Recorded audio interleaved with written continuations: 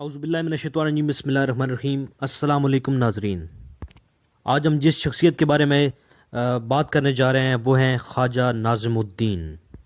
مزید آگے بڑھنے سے پہلے آپ سے ریکویسٹ ہے کہ چینل کو سبسکرائب کریں، لائک کریں اور بیل آئیکن کو ضرور پریس کریں تاکہ آنے والی ویڈیوز آپ کو پر وقت ملتی رہیں۔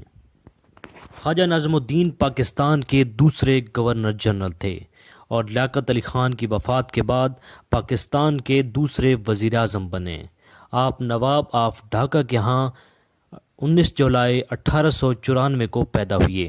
ابتدائی تعلیم برطانیہ سے حاصل کی۔ آپ علی گڑھ مسلم یونیورسٹی کے فارغ التحصیل ہیں۔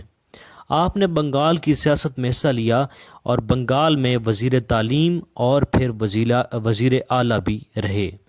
آپ نے تحریک پاکستان میں بے شمار قربانیاں دیں۔ آپ سب سے پہلے وزیر اعلیٰ مشرقی بنگال بنے 1947 سے 1948 تک ان کا اقتدار رہا۔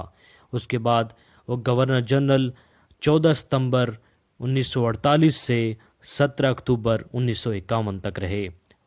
اور یاد رہے کہ پہلے گورنر جنرل پاکستان قائد اعظم محمد علی جناح تھے، اور پہلے وزیر اعظم لیاقت علی خان کے بعد 17 اکتوبر 1951 سے 17 اپریل 1953 تک یہ وزیر دفاع اور وزیر اعظم رہے۔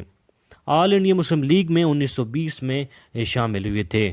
ان کی زوجہ کا نام شاہ بانو بیگم تھا اور یہ پیشے کے لحاظ سے سیاستدان اور وکیل تھے۔